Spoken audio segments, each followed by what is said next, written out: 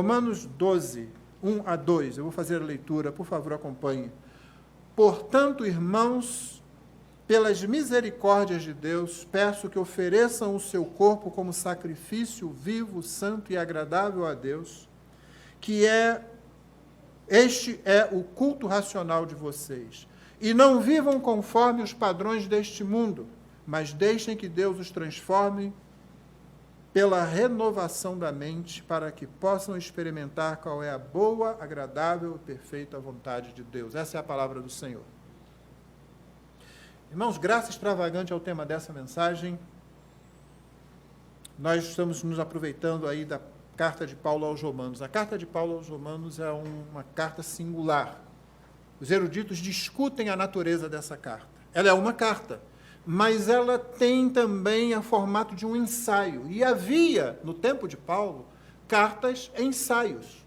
Ou seja, uma carta onde o autor colocava ali o seu pensamento, a sua tese a respeito de algum assunto. Então, embora seja uma carta, ela também ocupa esse lugar. E o que é que Paulo faz aqui? Ele apresenta o Evangelho da forma mais sistemática entre todas as cartas do Novo Testamento. Por isso, João Calvino dizia que uma boa introdução ao Evangelho é a carta aos Romanos. Justamente porque Paulo está apresentando o Evangelho de forma sistemática nessa carta. E é isso que ele faz do capítulo 3 ao capítulo 11, depois de uma introdução, aonde ele já mostra que o Evangelho é o poder de Deus para a salvação de todo o que crê, aonde ele mostra que todos estão debaixo do pecado, se tornaram nulos, recebem a ira de Deus, aonde ele demonstra que todas as outras vozes são falsas, porque elas torcem a verdade de Deus. O texto bíblico diz que são as pessoas que detêm a verdade pela injustiça. Você encontra essa expressão, que significa o seguinte: a verdade poderia vir, mas a mente humana, o ensino humano, a filosofia humana, a compreensão humana, não conseguem ler isso, não conseguem compreender plenamente e transformam isso em injustiça, a ponto de a própria divindade de Deus, expressa no livro da criação, ser lida incorretamente. Nós acabamos adorando a criatura e não ao Criador. Depois dessa introdução, ele parte para uma apresentação do Evangelho da Graça, do capítulo 3 ao capítulo 11, que ele encerra com aquele grande hino de louvor sobre a sabedoria de Deus, ó a profundidade das riquezas, tanto da sabedoria como do conhecimento de Deus. Quem é que vai sondar isso? Quem é que vai dar ao Senhor primeiro para receber dele? Quem é que ensina para ele? É ele que faz tudo. E depois, quando encerra isso, Paulo escreve Romanos 1 e 2, que serve de transição para aquela parte mais pastoral. Essa palavra é preferível à palavra prática. Tá? Não entre nessa de chamar as partes finais das cartas paulinas de parte prática. Isso pode dar a ideia de que ali tem uma série de regrinhas para serem seguidas, quando, na verdade, o que há são princípios de aplicação do Evangelho à vida, em todas as suas esferas. E é por isso que, logo após isso, esses 2 versículos, Paulo vai começar a falar da variedade de dons, rapidamente, e vai prosseguir falando, inclusive, sobre a relação da igreja com o governo civil, e de como nós devemos respeitar as leis, desde que elas não entrem em choque com Cristo. E, às vezes, as leis se escondem atrás de leis sanitárias, irmãos. Não sejamos ingênuos com relação a isso. As maiores atrocidades deste mundo foram feitas com a introdução: isso é para o seu bem. Isso é para sua proteção. Crentes não são masoquistas, mas crentes não estão em busca de proteção. Nossas vidas estão sempre expostas, como Paulo diz aos Romanos, somos levados como ovelhas todo dia para o matadouro. Quem é essa ovelha que está buscando proteção? Como eu disse, não somos masoquistas, não somos tolos, mas não pode ser proteção a regra primária da vida da ovelha que vai para o matadouro todo dia, por amor a Cristo. Entre uma parte e outra, Romanos 12, 1 e 2. E aqui, então, eu vou destacar alguns pontos. que as crianças poderão anotar, e o primeiro deles é o clamor divino. Nossa versão não é perfeita, como nenhuma versão em português ou em qualquer outro idioma é perfeita. É perfeita. E a nossa aqui comete um erro que eu realmente não gosto. No grego, a primeira palavra, quando vem no início de uma frase, a primeira palavra, ela é enfática. E nesse texto, a primeira palavra é rogo-vos. Ela é enfática. A nossa colocou lá depois e diminuiu bastante a força. Então, essa versão tem muita coisa boa, como muitas outras, mas também tem defeitos, como todas as outras têm. Nós lidamos com aquilo que nós achamos ser melhor no cômputo geral. Mas veja, portanto, irmãos, pelas misericórdias de Deus, peço. E o que o Paulo está dizendo é o seguinte, uma tradução que é melhor. Eu rogo a vocês, eu imploro a vocês, eu insto com vocês. E depois de falar isso umas 3 vezes, ele diz que pelas misericórdias de Deus. Vocês entenderam? E esse é o primeiro ponto, o clamor divino. Deus poderia nos ordenar, dizer, façam isso, é o trabalho, é o dever de vocês. Deus poderia condicionar, se vocês não fizerem assim, não terão isso ou não terão aquilo. Porém, Deus escolheu rogar. E pior, não com base, pior não é melhor, né? E melhor, não com base no seu poder, ou na sua soberania, ou na sua autoridade, mas com base em quê?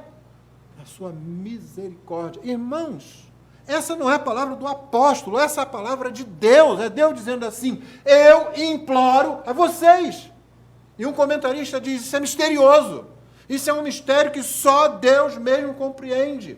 Que o soberano Senhor de todas as coisas, Paulo havia acabado de cantar a soberania de Deus na salvação, dizendo que para Ele e por Ele são todas as coisas. E agora ele apresenta mesmo Deus dizendo, rogo-vos, rogo-vos. Atente para isso. A gente passa tão rápido por essa palavrinha.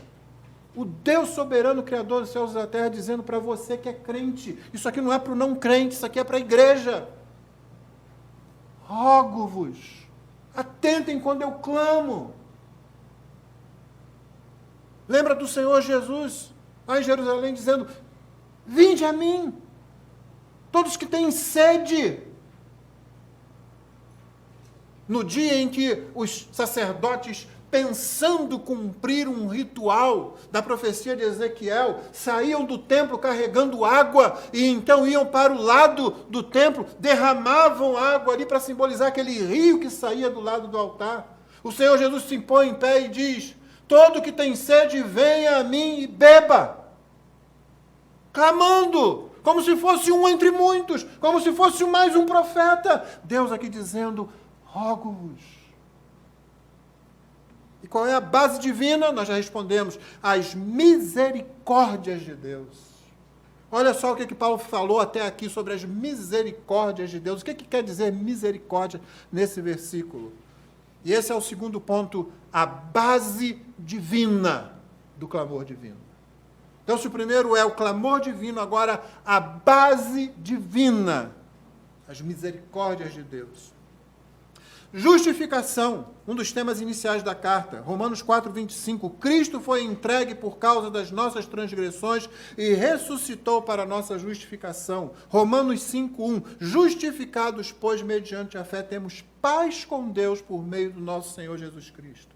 Segundo, identificação com Cristo, não com Adão.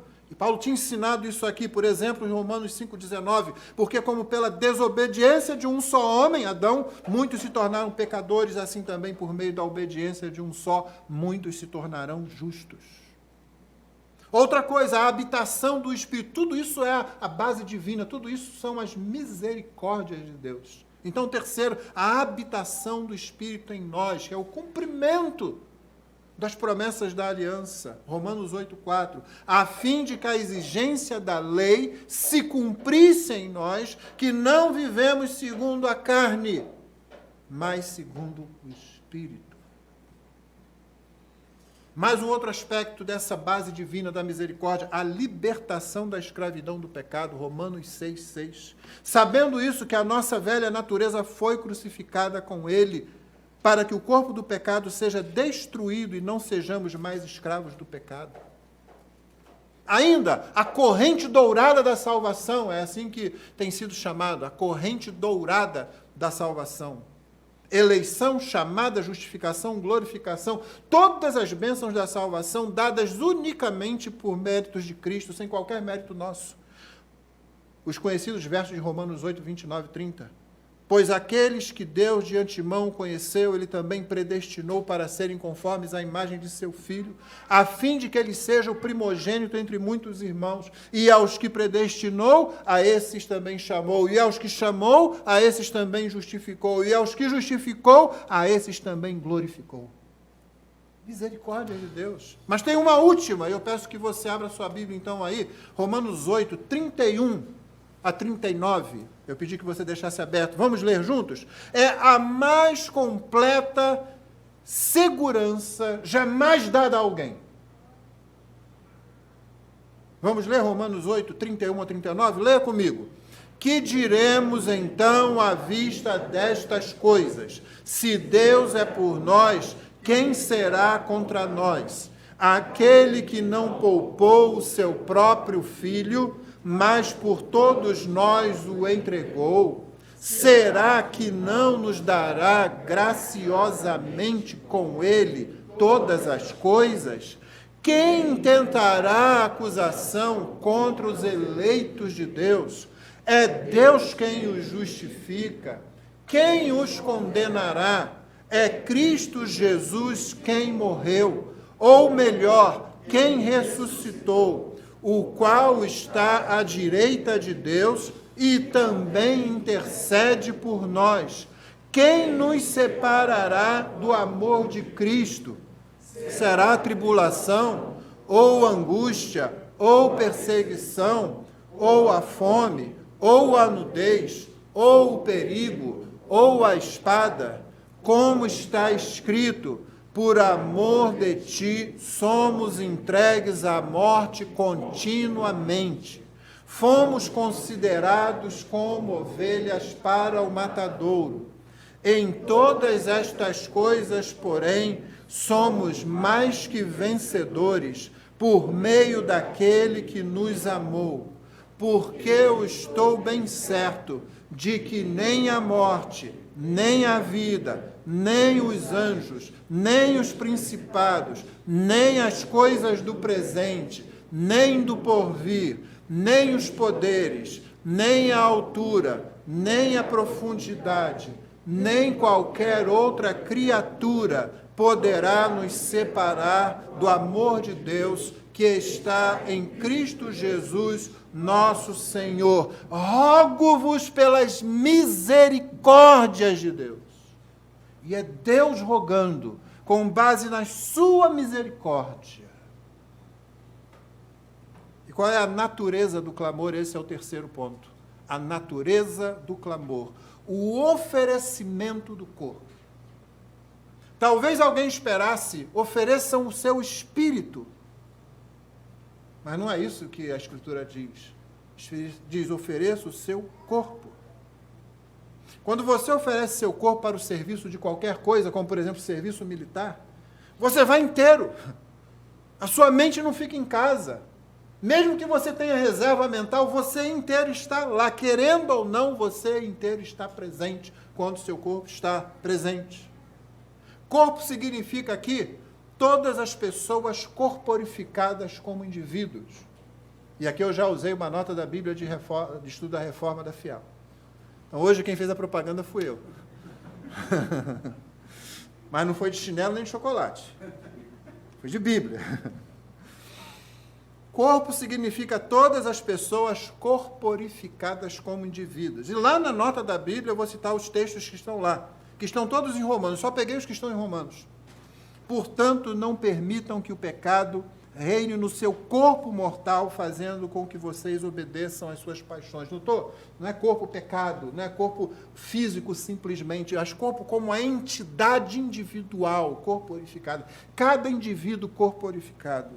A mesma coisa, Paulo faz o mesmo uso em Romanos 6,13. Também não ofereçam os membros do corpo ao pecado como instrumentos de injustiça, mas como pessoas que passaram da morte para a vida, ofereçam a si mesmos é o sinônimo de corpo que ele usou na frase anterior. Mas ofereçam a si mesmos a Deus e ofereçam os seus membros, a repetição é para ênfase, a Deus como instrumentos de justiça. Você inteiro era instrumento do pecado, agora você inteiro é instrumento da justiça de Deus. Romanos 6,19, fala em termos humanos por causa das limitações de vocês. Assim como ofereceram os seus membros para que fossem escravos da impureza e da maldade, que leva à maldade, assim ofereçam agora os seus membros para que sejam servos da justiça para a santificação. E ainda, Romanos 8,13, porque se vocês viverem segundo a carne, caminharão para a morte, mas se pelo Espírito mortificarem os feitos do corpo, certamente viverão. Notem então que está implicado, por exemplo, irmãos, para quem está pensando em corpo como sendo cada indivíduo corporificado. Cuidado para a gente não estar sendo mais grego do que cristão, mais platonista do que cristão. O que acontece, por exemplo, na ideologia de gênero, tão em voga por aí? Em que ela se baseia? A ideologia de gênero se baseia num conceito chamado teoria da personalidade, que desemboca, ela acaba indo para um dualismo, uma divisão entre mente e corpo, onde o indivíduo seria realmente a mente e o corpo seria uma espécie de veículo a ser usado pelo indivíduo, que é a mente, da forma como ele quiser, como ele bem entende, não como o Criador determina. Você percebe isso? Você vai encontrar, porém, isso na igreja às vezes. Alguém dizendo que a pessoa é a alma. Já ouviu alguém falar isso? Eu sou uma alma e possuo um corpo. Não foi isso que Deus fez. Deus fez um boneco de barro, note que ele fez primeiro o corpo, e depois soprou o espírito de vida e o homem se tornou alma vivente. E aquilo é o homem. Aquilo é o ser humano. Nós não vamos viver a eternidade nesse dualismo, na separação entre alma e corpo. Nós vamos viver a eternidade inteiros. É por isso que a eternidade só vem depois da glorificação. Quando aqueles que morreram ressuscitarem fisicamente e aqueles que estiverem vivos tiverem seu corpo transformado. Quando nós permitimos que ensinem isso aos nossos filhos, quando você não dá importância à natureza do próprio corpo, que aqui Deus diz, rogo-vos, pelas misericórdias, que apresentem o seu corpo. Nós não estamos somente nos alinhando a filosofias estranhas à fé cristã, como o platonismo que eu citei, por exemplo, ou o neoplatonismo, mas estamos nos opondo ao próprio Criador em seus desígnios. Pense bem nas implicações disso quando você for votar num candidato que defende esse tipo de coisa. Pense bem, irmão. Não, isso aí, nós estamos numa dificuldade, não é? Mas não dê o seu voto para quem vai contra isso. Você não vai encontrar ninguém perfeito. Só tem pecadores lá, inclusive os crentes que estão lá. Mas pense bem o que você vai colocar na cabeça do seu filho quando você põe um voto para alguém que defende esse tipo de coisa e outros alinhados com isso. O corpo do seu filho pertence, ou você quer que aconteça isso, você quer que ele pertença a Cristo, como seu corpo pertence a Cristo. E o Deus que poderia dizer aqui em Romanos 12, seu corpo é meu. Porque Paulo diz isso em outro lugar. Na primeira carta aos Coríntios ele disse isso mais de uma vez. O Deus que poderia dizer seu corpo é meu, está dizendo eu quero que você ofereça o seu corpo em sacrifício vivo, santo e agradável. Aí o que você faz? Você prepara uma estrutura política onde o corpo do seu filho vai ser oferecido a outra coisa. Eu poderia dizer, durma com essa. Mas eu prefiro dizer, ore sobre isso. Porque você tem uma decisão difícil para tomar.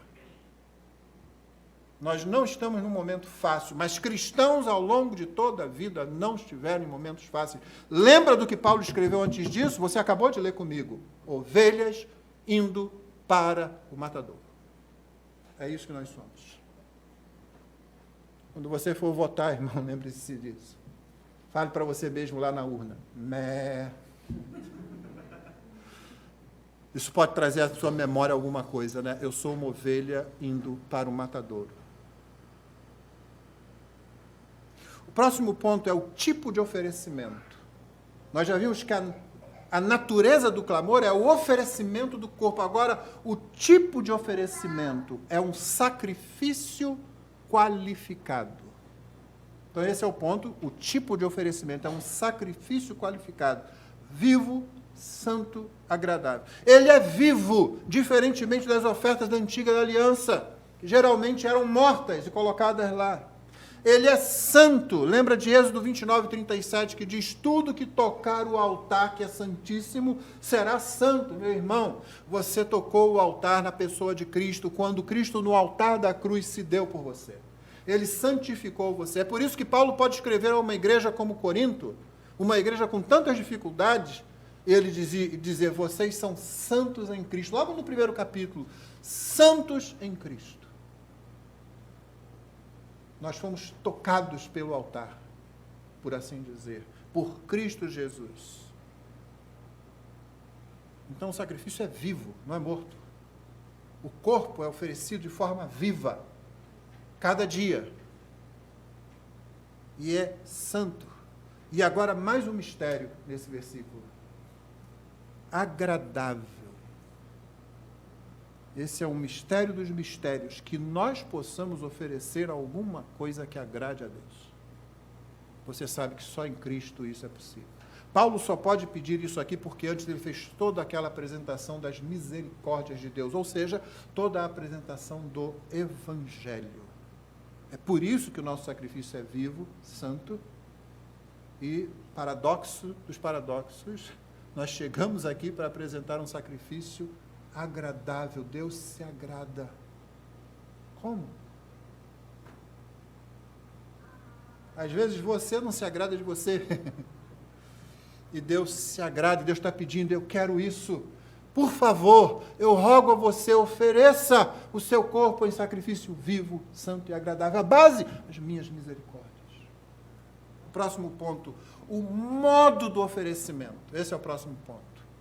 O modo do oferecimento é o serviço. A palavra aqui em grego é latreia, que significa serviço, que significa culto, na verdade. É por isso que em alguns idiomas a palavra culto é serviço.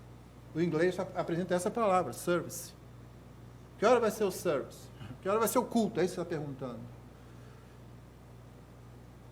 Mas esse é qualificado também. O modo de oferecimento é inteligência espiritual. É o que Paulo diz, que é o culto racional de vocês. Em que sentido, irmãos? Por mais que fosse correto, o culto prestado no templo consistia, como diz Hebreus 10:1, apenas uma sombra dos bens vindouros e não a imagem real das coisas. Isso pode ser traduzido também, era apenas sombra das boas coisas que ainda viriam. É nesse sentido que ele pede em sabedoria. O culto que nós oferecemos em Cristo, ele é cheio do conhecimento que aqueles nossos irmãos no passado não tinham. Por isso, Hebreus vai dizer que nós temos uma posição vantajosa em relação a eles. É cheio do conhecimento de Deus e da sua sabedoria. Colossenses 1:9. Por esta razão também nós, desde o dia em que soubemos disso, não deixamos de orar por vocês e de pedir que... O que é que Paulo pede pelos colossenses? O que é que ele não deixa de orar? E ele diz: nós, eu e o meu grupo aqui, nós aqui do grupo apostólico, nós os que estamos aqui, os que estão comigo aqui perto da... eu estou preso, mas estão comigo aqui me dando assistência. Nós não deixamos de pedir o quê? Nós não deixamos de implorar a Deus que lhes dê o quê? Que transbordem do pleno conhecimento da vontade de Deus em toda sabedoria e entendimento espiritual. Ao crente do Antigo Testamento era pedido que ele fosse lá e oferecesse sacrifício. E ele ficaria, olha, não sei o que é o sacrifício desse carneiro, dessa ovelha, desse boi, dessa pombinha. Como isso? Eu não sei. Mas todos nós sabemos o que significa o sacrifício do sangue de Cristo, ou seja, a morte de Cristo, em nosso lugar, expiando o nosso pecado, pagando preço pelo nosso pecado, fazendo o que não podíamos, o que não queríamos fazer. Todos nós olhando para Cristo, de uma forma como nunca nenhum israelita olhou para um boi, para um cordeiro. É por isso que aquelas palavras de João são magníficas, irmãos. O que choque elas podem ter causado em qualquer mente judaica mais sensível. Eis o Cordeiro de Deus que tira o pecado do mundo. A gente talvez não pegue toda essa força, né? Mas um judeu pegaria. Um judeu que fosse piedoso, principalmente, pegaria bem. O Cordeiro de Deus, ele despertaria assim. Esse homem vai derramar a vida dele e ela vai tirar pecado do mundo. O nosso oferecimento é inteligência espiritual. Não é sabedoria nossa, é pleno conhecimento da vontade de Deus, sabedoria, entendimento espiritual. Qual é o ambiente da oferta? O ambiente da oferta é o mundo. E aqui, a era, o espírito desse tempo. Há duas palavrinhas em grego para mundo. Aionos, que tem o sentido de a era, o tempo presente, num determinado momento da história. O nosso momento da história, o tempo em que Paulo escreveu essa carta. Todo período da história tem aquele seu espírito, aquela mentalidade contemporânea naquele dado momento. A outra palavra é mais conhecida, cosmos. Cosmos tem a ver com uma certa ordem estabelecida. Os irmãos já devem ter ouvido aí, usado às vezes até abusivamente, sem muito nexo, mas às vezes também com nexo, a expressão ordem mundial, ou nova ordem mundial. Sempre existiu uma ordem mundial, irmão. Sempre existiu.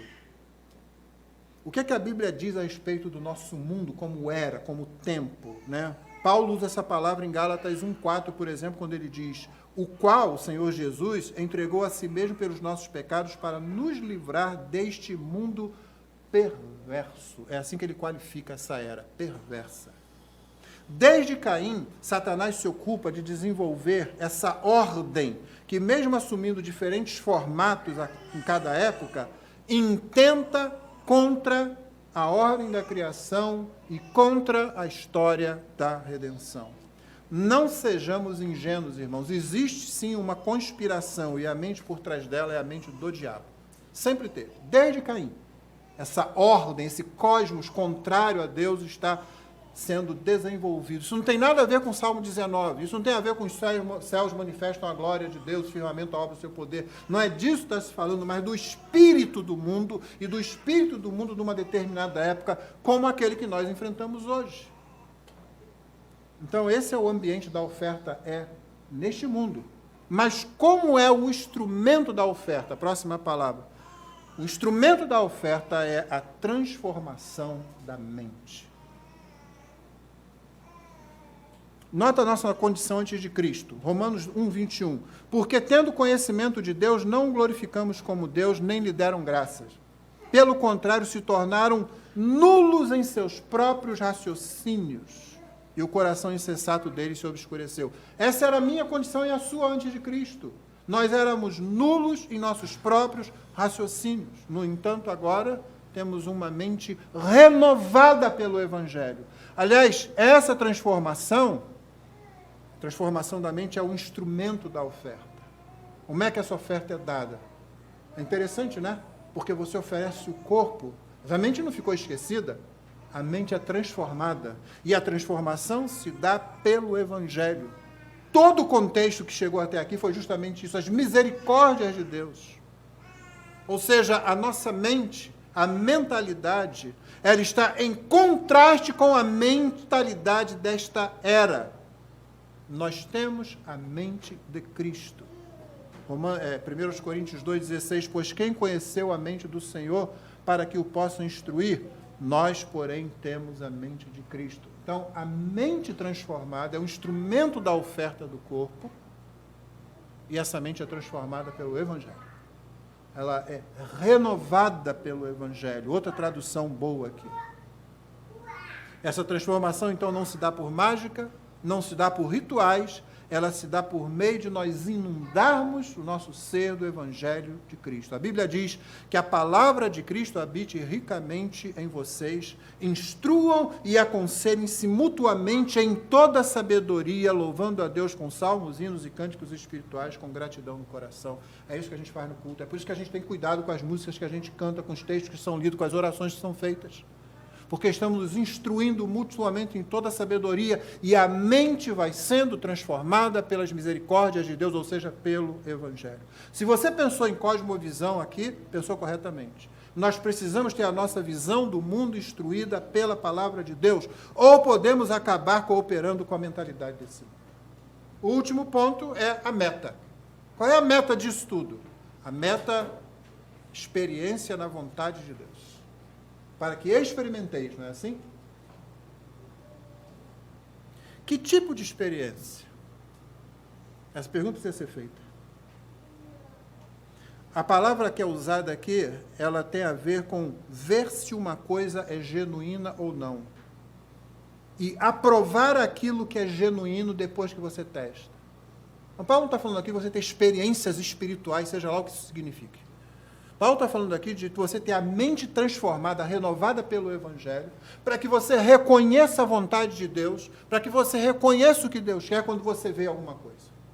É como aquela pessoa que nos tempos antigos tinha que identificar uma nota de dinheiro falsa. Eles não davam uma nota falsa para ela, eles davam uma nota genuína, uma nota verdadeira. E ela ficava tanto tempo com aquilo, examinava de tantas formas possíveis, e ficava tão acostumada com aquela nota verdadeira de dinheiro, que quando uma nota falsa aparecia, ela sabia que era falsa. É isso que está se intentando aqui. A transformação, a renovação da mente, que é a base para você oferecer o seu corpo em sacrifício vivo, santo e agradável, através do Evangelho, é inundar o nosso ser do Evangelho, de tal modo que quando aparece alguma coisa, diz, isso aqui não é de Deus, isso não é a vontade de Deus, isso se alinha com a vontade de Deus, isso aqui não se alinha. Você não precisa estar confuso, a promessa é essa, quando Deus diz, rogo-vos, se ofereça, Ele está dizendo, está um meio seguro de conhecer, de experimentar, de provar, de testar e aprovar a minha vontade. Inunde-se das minhas misericórdias.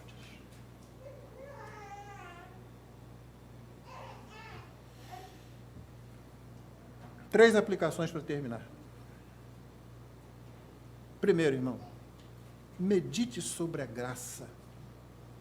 A graça é extravagante, a graça é absurda. É por isso que eu e você temos dificuldade de lidar com ela. Ela é boa demais para ser verdade. E, no entanto, é totalmente verdadeira. A gente não consegue acreditar nisso. Aí tem aquele pessoal que leva para o outro lado, que faz aquilo que Dietrich Bonhoeffer chamou de graça barata. A graça é extravagante, é extraordinária, é maravilhosa, como nós vamos cantar daqui a pouco. Mas aí vem alguém e diz que a graça é barata. Você pode fazer qualquer coisa, viver de qualquer jeito. Não! O Senhor está dizendo, rogo-vos. Ofereçam o corpo de vocês, o ser de vocês em sacrifício vivo, santo e agradável, inundado pelo Evangelho, pelas misericórdias de Deus.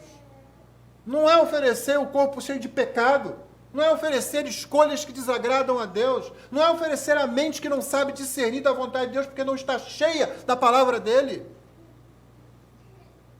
Guardado isso, a graça é extravagante, a graça é absurda. Você erra, você se afasta, Deus não se afasta de você. Você vai longe, Ele pega você e atrás, mesmo que Ele tenha que machucar você um pouco. Nenhum de nós gosta de dar uma palmada no filho. Mas como eu sou grato a Deus pelas palmadas que eu recebi da minha mãe. Não, na época eu não era, não. Mas a Bíblia diz isso, não é? Nenhuma disciplina, diz o apóstolo Paulo, no momento, nenhuma correção na hora, mas depois o fruto dela é fruto de vida, é fruto de crescimento, é fruto de abundância. Medite sobre a graça. Segundo, reflita sobre o mundo. Porque você já está comprometido. Você vive no mundo. Você não vai se isolar. Não tem como. Aliás, o Senhor Jesus, quando orou por nós, disse, não peço que os tire do mundo. Porque senão, o que nós vamos fazer na proclamação do Evangelho, no testemunho da glória de Deus? E como vamos refletir a glória de Deus se não estivermos no mundo? Paulo disse, eu prefiro partir e estar com Cristo, que é incomparavelmente melhor. Mas por causa de vocês, da igreja, no caso da igreja dos Filipenses, eu sei que ainda vou permanecer aqui. Sabe o que é isso? É Paulo chegando na igreja, olha, eu preferia não estar aqui com vocês.